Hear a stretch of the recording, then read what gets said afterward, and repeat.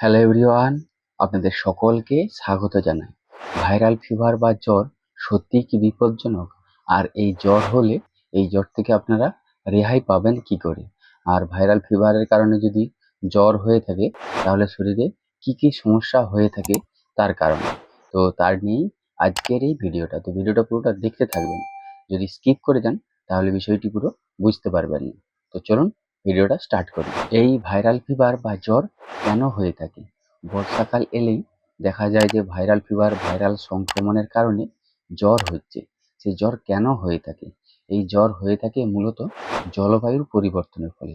জলবায়ু যখন পরিবর্তন হচ্ছে তখন জীবাণু এবং ভাইরাস দ্রুত বিস্তার লাভ করার ফলে এই ভাইরাল সংক্রমণ হয়, তার ফলে জ্বর হয়ে থাকে। এই ভাইরাল ফিভার বা ভাইরাল সংক্রমণের কারণে যদি জ্বর হয়ে থাকে তাহলে তার কি কি লক্ষণ দেখা দিয়ে থাকে?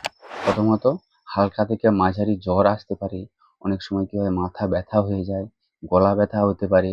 তার সাথে সাধারণ ঠান্ডা লাগা, সর্দি, হাঁচি, কাশি থাকতে পারে।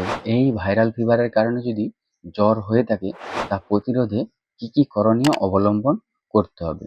প্রথমত হাত ধোয়ার অভ্যাস গড়ে তুলতে হবে। খাবার আগে হাত ধোয়ার অভ্যাস গড়ে তুলতে হবে।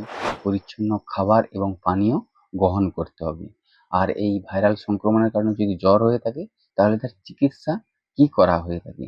প্রথমত পর্যাপ্ত পরিমাণে জল খেতে হবে এবং বিশ্রাম নিতে হবে। আর জ্বরের জন্য জ্বর আসলে প্যারাসিটামল গ্রহণ করতে হবে।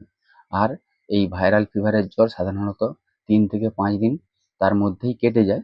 ৩ দিনের বেশি যদি জ্বর থাকে তাহলে অবশ্যই আপনাকে চিকিৎসকের সাথে পরামর্শ করতে হবে।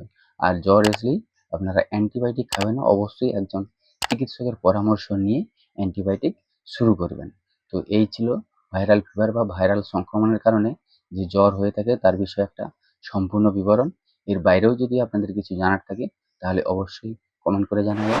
ভিডিওটি যদি ভালো লেগে থাকে তাহলে শেয়ার করবেন, লাইক করবেন। আর হ্যাঁ, অবশ্যই চ্যানেলটিকে সাবস্ক্রাইব করে দিবেন। আপনারা সকলে বেশ ভালো থাকবেন, সুস্থ থাকবেন। ধন্যবাদ।